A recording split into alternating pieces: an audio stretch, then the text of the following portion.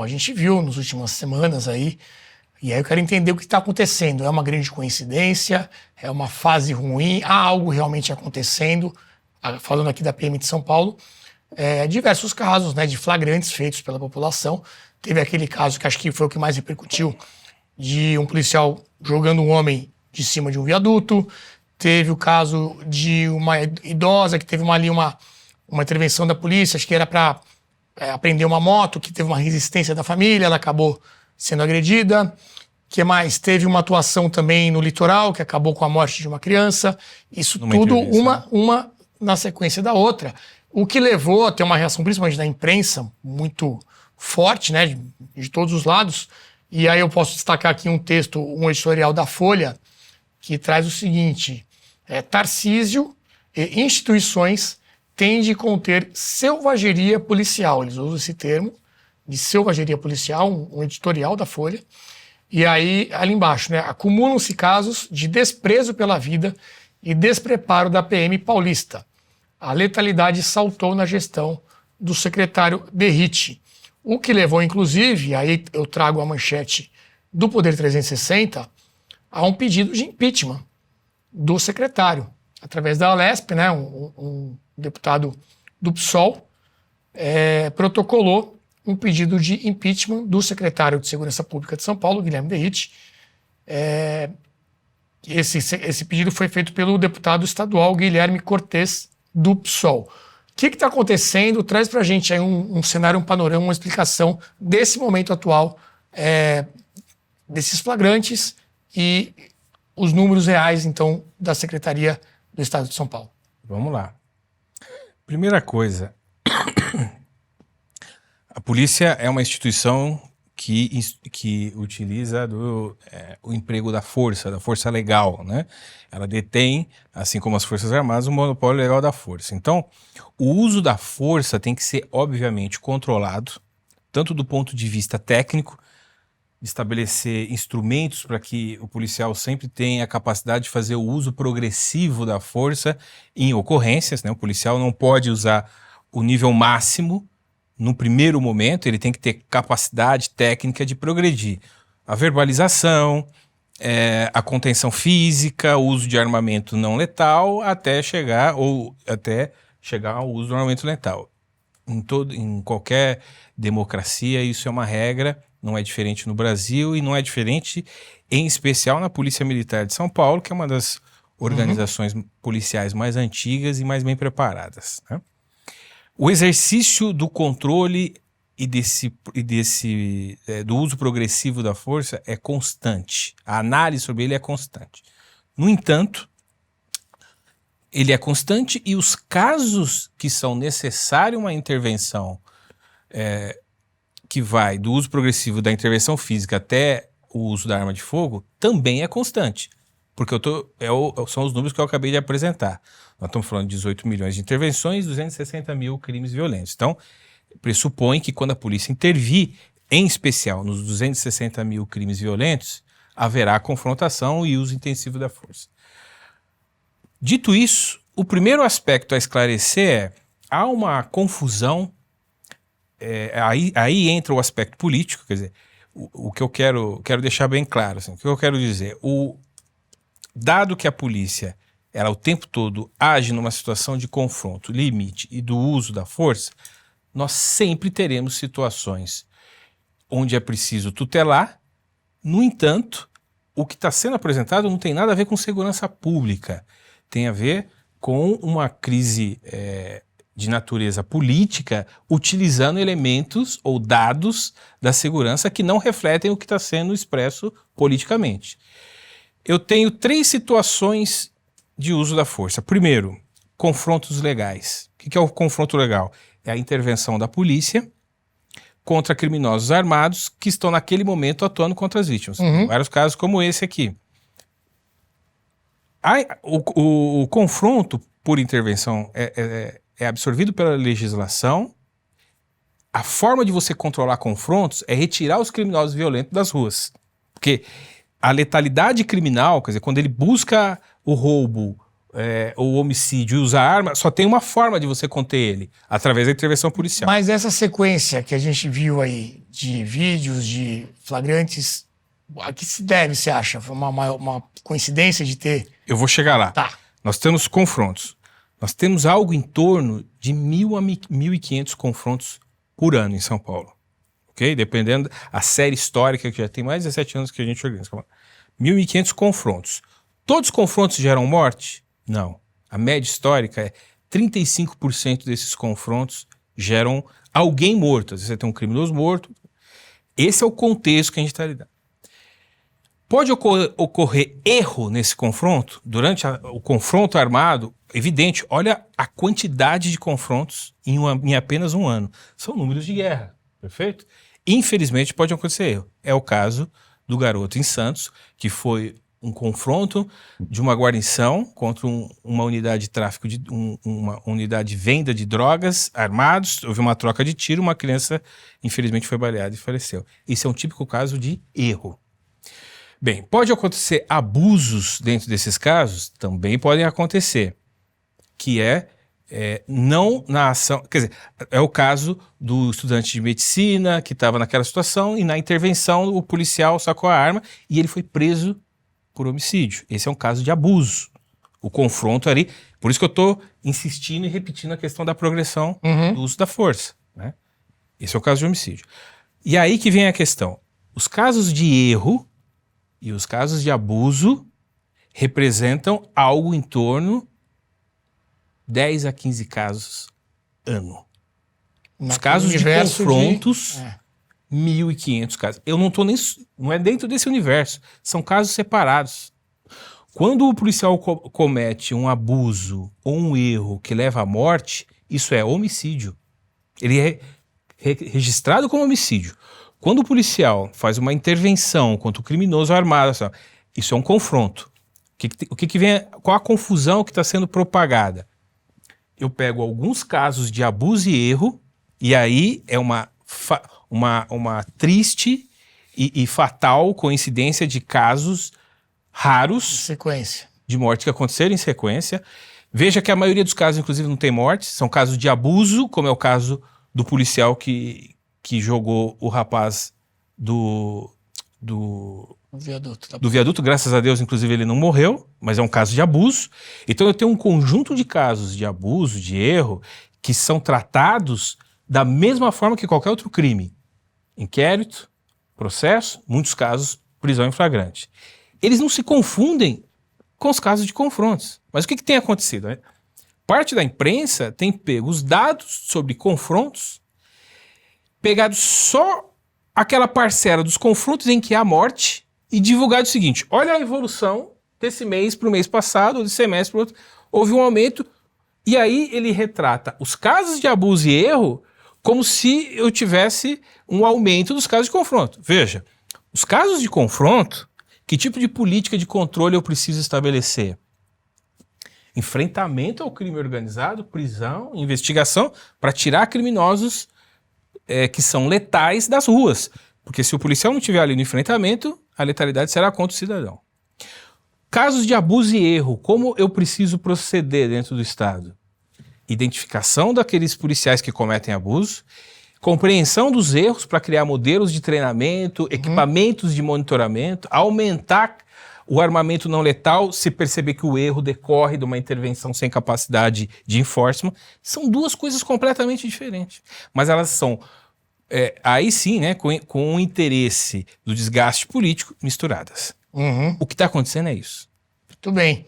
Vamos trazer também outra coisa que explica o que está acontecendo, que é os índices, né? São os índices de assassinatos no Brasil. E aí comparando todos os estados. A gente tem uma tabela que traz isso com os números sobre 2023. Olha lá. Vamos colocar em tela cheia, porque senão fica muito pequeno. O primeiro lugar ali está o Amapá, com 45,2 mortes para cada 100 mil habitantes. Mortes não, né? Assassinatos aqui no caso. Isso. E lá embaixo está São Paulo, com 6,7. Então São Paulo, de longe, é o estado com menor índice de assassinatos a cada 100 mil habitantes. Se você for pegar o número absoluto, obviamente vai ser maior, porque tem a maior população. Mas comparando aí per capita, digamos assim, São Paulo tem o melhor desempenho. Ali seguido de Santa Catarina, Distrito Federal, Minas Gerais, Goiás, né, que também até o governador Caiado tem falado bastante sobre as ações dele lá em relação à segurança pública, e por aí vai até chegar ao Amapá. E acompanhando o Amapá, nós temos muitos estados do Nordeste, Pernambuco, Alagoas, Bahia e Amazonas, Ceará, Rio Grande do Norte, enfim, Nordeste e alguns estados do Norte. E aí eu quero perguntar ao deputado Luiz Felipe, porque há um projeto, Luiz Felipe, para a criação de uma espécie de SUS da segurança pública, né? Seria o SUSP. Eu já vi o Lewandowski, que é o atual ministro da Justiça, falando sobre esse assunto. Isso como é que está lá dentro da Câmara? Você tem ouvido falar a respeito? Qual é a sua opinião? Bem, com as questões mais recentes de corte de gastos e tudo mais, essa discussão não maturou, mas certamente já está na mesa. E certamente não é para fazer o Brasil atingir os índices de São Paulo, mas sim para que o Brasil seja uma réplica aí do Amapá, que, na minha opinião, isso é índice de Estado falido. Isso é índice do que a gente está vendo agora em países que estão sucumbindo completamente às gangues, né? Como, por exemplo, a Síria, a gente está vendo ali uma desintegração. Não que eu seja a favor do ditador que está saindo, mas lá nunca teve Estado. Então, é um Estado em eterno conflito entre gangues. Então, esses números que você vê do Amapá é uma situação muito similar. Então, eu vejo o governo federal querendo intervir dessa maneira, centralizar tudo que o governo federal centralizou, atinge péssimos índices de atendimento. Então, não é porque você fazer essa centralização, você tem que fazer o contrário. Você tem que capacitar os estados a fazerem mais polícias, não só em número, mas também em tipos diferentes de polícia, né? E deixar a coisa mais livre. E acho que é bom para o policial, que tem várias opções ali empregatícias, mas é bom para a população, porque ela define quais policiais, que tipo de policiamento ela quer. Eu já vivi em situações em que o policiamento é tão livre que o policial quer que você se arme. Você é amigo do policial quando você está armado. E os policiais mais próximos da população, os mais descentralizados, todo país desenvolvido é assim. Ah, tá, fora do Brasil. Não, claro, país desenvolvido, estou falando, né? O Brasil, infelizmente, tem um governo federal que não deixa o país ser desenvolvido, né? Então temos os estados querendo se desenvolver, mas o poder federal intervém e cria toda a sorte de distorção tributária, regulamentar. E aqui na questão da polícia, eu acho que é um contrassenso absoluto. Não é através da centralização das polícias que você vai ter uma melhoria das polícias. Você pode centralizar algumas coisas ou fazer uma difusão em cadeia de informações e pulverizar isso em todos os polícias. Agora, em todo o contexto em que eu já vivi, em país desenvolvido, a população é que define quais polícias ela quer. Tem polícia de bairro, tem polícia escolar, tem polícia de condado, tem polícia do município, tem polícia do estado, algumas polícias do estado, diferentes tipos, diferentes competências. E quem define é a população local. Não é o poder federal ali, junto com o ministro, batendo o fio ali com algum protótipo de tirano ali da Polícia Federal, que vai bolar o que tipo de policiamento que o Brasil todo precisa. As populações locais é que definem. E eu acho que é falta de você ter essa liberdade local para eles definirem que tipo de policiamento, você atinge esses índices aí péssimos, né, que você vê em alguns estados do Norte e Nordeste, que, na minha opinião, já estão, como eu falei, vou repetir aqui, já estão com índices de estados falidos. Eu não vejo, até argumentaria o contrário. Ali você teria que não ter mais um estado, aquilo virar um território, e você militarizar aquele negócio todo, e não deixar isso na mão de algum governador e alguma representatividade local, porque com esses índices aí, o Estado simplesmente perdeu a função. Você não tem mais a capacidade. São estados de gangues, são estados invadidos aí por uma série de problemas fronteiriços que também o governo falhe em querer controlar, né? Muito pelo contrário. É favorável até para abrir as fronteiras, deixa lá, todo mundo entrar e sair sem documentação nenhuma. Então você vê que muitos desses estados que têm esses índices piores são estados de fronteira. Então temos um grande problema aí nesse quesito. Temos que fazer uma grande revisão exatamente nesse quesito de segurança, e certamente a revisão não deve passar pelo Poder Federal. Tem que ser empoderamento dos poderes locais. Eu vou colocar o Guedini nesse assunto também. Você não precisa falar de coisas técnicas de segurança pública, mas dessa questão até mais filosófica, né, de centralização. Até como conselheiro do Instituto Mises, essa questão do poder local, né? Você acha que isso também se aplica bem para a parte de segurança, como também para a economia e outros termos, mas deixar a população local escolher a melhor forma de gerir os seus problemas ali do seu dia a dia? Para a maioria dos temas, esse princípio da fragmentação do poder e não da concentração funciona melhor.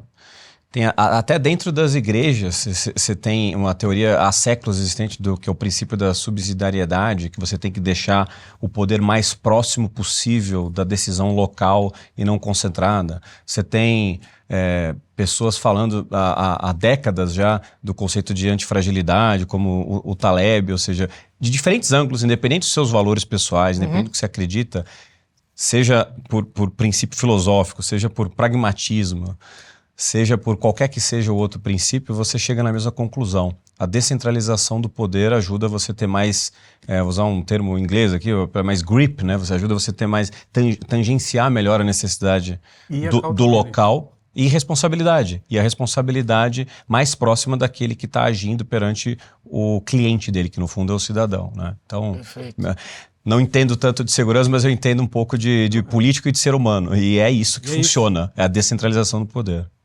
E aí, João Henrique, a gente traz agora a notícia da CNN, trazendo que o DERIT vai se licenciar para apresentar um pacote alternativo de segurança ao Congresso. O movimento ocorre junto com o governo federal, que elabora uma PEC de segurança pública. A ideia geral desse pacote, segundo a CNN, é caracterizar como terroristas os integrantes de organizações criminosas e endurecer, como você estava dizendo, a legislação contra eles. Então, por exemplo, dificultando a progressão de suas penas e autorizá-los a realizar audiências de custódia. Existe essa pressão, né, em cima do secretário DERIT. Nesse momento, eu queria saber se você tem mais informações sobre qual seria esse plano alternativo, o que o DERIT está buscando nesse momento aí com tudo isso acontecendo. Bem, o secretário do DERIT, como parlamentar licenciado, ele mantém interlocução com o Congresso desde o primeiro momento, né? Lembrando que o DERIT foi eleito deputado federal, foi licenciado para executar o cargo de secretário com o governador DERIT. Mas ele é um parlamentar que manteve como secretário a conexão. Por exemplo, nós tivemos reunião, foi formado um grupo chamado Sul-MASP, que são a Secretaria de Segurança dos 3 estados do Sul, mais São Paulo e Mato Grosso do Sul. Por quê? Porque o cone formado entre Mato Grosso do Sul, Paraná e São Paulo, ele concentra a circulação de 70% dos produtos ilícitos que, a partir da fronteira, invadem o Brasil para atingir o principal mercado, que tem a principal estrutura logística de São Paulo, para ser redistribuído para o Brasil ou para a Europa. Por exemplo, a exportação de cocaína no Brasil, apesar do Brasil não ter um pé de planta de coca, nós somos responsáveis pelo menos por 1/3 da cocaína que chega na Europa, e principalmente a partir do Porto de Santos. Como é que ela faz isso? Percorrendo estados fronteiriços, dada a completa fragilidade do controle de fronteira no país, né? Que é responsabilidade do governo federal. Então, esses estados se organizaram, chegaram a fazer operações, estão fazendo operações conjuntas. Mas eu comecei a falar do Sul-MASP para dizer o seguinte: quando nós fizemos o encontro aqui em São Paulo, nós tínhamos 15 parlamentares, 15 deputados federais e um senador, era para ter 2, no final ter 2. 15 parlamentares de vários estados, não só da região Sul-MASP, quanto outro. Quando é que isso acontece, deputado? Quer dizer, o deputado sai fora da área de atuação dele para tratar do tema de segurança. Isso mostra o prestígio do secretário. Quando ele fez esse grupo, solicitou apoio, vieram vários deputados da Comissão de Segurança Pública. Desde então, nós temos um intercâmbio de sugerir ações no Congresso e de receber sugestões lá da Comissão de Segurança Pública, da Câmara dos Deputados, onde tem a principal intervenção. Então, na verdade, esse intercâmbio, essa relação já existe, né, de maneira contínua. Existia a possibilidade dele fazer essa ação mais contundente a partir do início do ano parlamentar, o legislativo, exatamente porque a circunstância exige. Veja, nós estamos no teto da capacidade de governança nos estados. Nós já estamos atendendo um número gigantesco de ocorrência, prendendo. olha só que absurdo, toda a população prisional do país, todos os criminosos presos, são de responsabilidade dos estados. O governo federal não auxilia o que seria natural, porque aí é uma questão de gestão do sistema prisional, você tira ele da linha de frente, ele poderia auxiliar os estados fazendo a gestão do sistema prisional. Isso não acontece, não tem um investimento consistente. Quando tem um investimento é cheio de condicionantes que você não consegue utilizar. Então o debate verdadeiro sobre segurança pública não é um debate de gestão, de polícia. Você tem vários exemplos, ótimos, medianos e ainda a desenvolver espalhado no país. Mas existe um padrão já estabelecido e a atividade é contínua. Tanto é que as organizações criminosas se formaram dentro das cadeias porque estavam presos. Quem é que os levou lá? Você mostrou os dados de queda de homicídio. Como é que a gente conseguiu esses dados de queda de homicídio em São Paulo? Ampliando progressivamente a prisão. Hoje, quer dizer, isso desde os idos dos anos 2004, Já vem de um bom tempo essa queda. existe uma política que o criminoso que é letal, ele tem prioridade na investigação, que é o DHPP, ele tem... As respostas da polícia militar têm que ser contundentes naquela área, em operações, em ações e assim por diante. Por isso a gente conseguiu esse índice. E manteve e chegamos no menor indicador. Então não é um debate sobre gestão de polícia, ainda que ele exista. As polícias precisam agir de forma mais integrada, eu preciso testar ações, treinamento, tirar o policial da ponta no estresse para não cometer abuso e erro. Esse é o debate. Mas o debate verdadeiro é porque um criminoso condenado, um criminoso preso com 350 quilos de cocaína é solto na audiência de custódia. Isso é um caso real. Caso real, eu tô dizendo. Não é um modo de Vou dizer. falar vários aqui. Porque um criminoso homicida, que já tem 4, 5 condenações, homicídio em tese é no mínimo 12 anos de pena, 6, 7 anos tá na rua depois e mata a outra pessoa, como foi o caso do delegado, como foi o caso do casal em Gianópolis, num roubo foi baleado e morto, o rapaz. Então, nós não estamos... O criminoso assassino, o criminoso violento no Brasil, raríssimas vezes foi o primeiro crime violento que ele cometeu. Ele já cometeu outros crimes violentos, foi processado, e em qualquer outro país, seja desenvolvido na Europa ou nos Estados Unidos, seja na Argentina ou no Chile, esse criminoso estaria preso. O sistema prisional estaria custodiando ele, fazendo aquilo que Becker destacou, que você só tem 2 formas de controlar o crime. Ou você dissuade o criminoso, quando você tem resposta policial e processo penal enfático, que ele tem certeza que vai fazer, ou você ou incapacita, que é, uma vez condenado, você mantém ele no sistema prisional, longe das atividades criminais, de maneira que ele não consiga reproduzir. Mas você tem que manter ele preso. Hoje, um criminoso recebe uma sentença média de 6 a 8 anos, que é mais ou menos a condenação do roubo qualificado, do tráfico, só que ele só vai ficar de 10 meses a 1 ano e meio.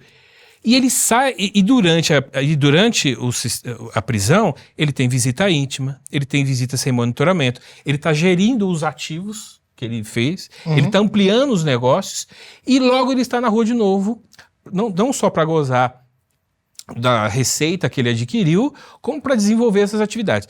Como é que a polícia consegue atuar? Como é que a polícia consegue produzir dissuasão num criminoso que tem tanto incentivo? Então, onde que é o debate real? O debate é lá no Congresso, alterando, construindo uma reforma da legislação penal que recupere o efeito dissuasório e incapacitador, seja da sentença dada pelo juiz, se ele recebeu de 6 a 8 anos, é de 6 a 8 anos de prisão, fechado. E recuperando a prisão em flagrante. A audiência de custódia, na maioria dos estados, coloca 50% dos criminosos. Eu vi uma notícia, aquele caso do homem que foi morto no aeroporto, ligado ao PCC, que teria sido identificado, né, os autores do crime, e que eles foram soltos na audiência de custódia, é isso mesmo? Eu não tenho essa informação, que a prisão foi nesses dias. Mas o que eu posso te falar é que todos eles tinham uma longa passagem, inclusive lá no CICC, a gente que faz esse relatório para demonstrar que ele já tinha lá uma passagem contínua. Mas eu tenho vários casos que vão nesse sentido. E esse pacote alternativo do secretário Derrite vai nessa linha, então, Na verdade, fazer esse debate Porque veja, olha o que aconteceu. O Ministério da Justiça apresentou uma PEC que não trata da legislação do sistema de justiça criminal. Ela só trata de gestão das polícias. Então, para centralizar, para trazer... E veja, é claramente uma tentativa de tomar a pauta, porque eu estou dizendo o seguinte, ela primeiro rompe o pacto federativo, porque quem é o chefe das polícias são os governadores, porque são eles que custeiam as polícias. Toda a responsabilidade administrativa e fiscal na Constituição atribui aos governadores o controle. É a única coisa realmente federativa no Brasil. É a segurança. Tá vendo? É a segurança. Ela rompe o pacto federativo porque ela desloca o poder para o governo federal sem deslocar junto o custeio e a responsabilidade política. Então vamos lá. O ministro diz o seguinte, a partir de hoje não é mais controle de homicídio, é controle, aliás, não é mais crime organizado, mas é controle desse modelo que eu entendo aqui de contrabando ou feminicídio. Aí ele decide colocar determinada estrutura. Eu tiro toda a estrutura que estava contendo droga ou crime organizado. Se isso der errado, do ponto de vista da perspectiva das pessoas, quem que vai ser punido eleitoralmente? Governador.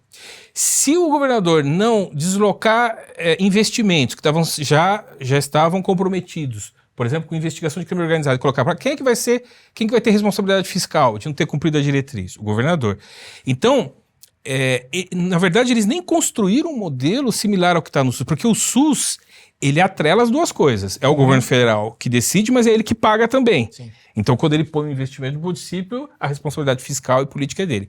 Nessa não. Ele só deslocou o poder de mando, mas não deslocou o custeio. Só tem o bônus e não tem o ônus. Deixa eu só... Vou me alongar um pouco, mas eu prometo que vou ser rápido. Olha só.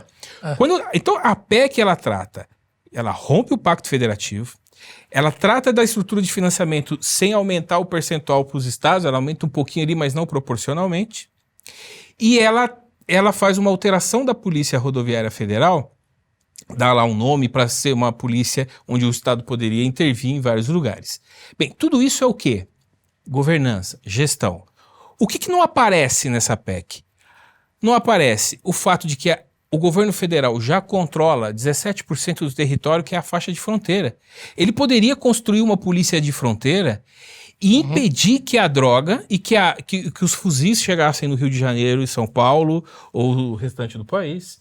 Ele podia construir uma polícia de fronteira que impedisse que as drogas alimentassem o crime organizado ou que o dinheiro ganho no varejo saísse pela fronteira ou nos portos e aeroportos. Mas por que ele não faz isso agora? Porque ele não tem capacidade de governança, não tem competência para fazer isso. Então fica mais fácil ele absorver a estrutura dos estados, e aqui eu quero destacar, o que nós temos de polícia de fronteira hoje, de fato, foi construído pelos estados. É só olhar o DOF no Mato Grosso do Sul, o batalhão de fronteira da PM do Paraná. Ela exerce na prática aquilo que o estado não fez. Então estamos nós aqui discutindo gestão de polícia, quando na verdade a gente deveria discutir como reformar o sistema de justiça criminal. Por que essa segunda parte não está sendo feita? Porque também é tema do Ministério da Justiça uma política que vai no sentido contrário, que é o desencarceramento em massa. O ministro tem falado isso constantemente. É premissa dele dizer o seguinte, prisão não resolve, então eu preciso desencarcerar, problema é a polícia. Por isso que eu preciso aumentar o controle, aumentar a gestão.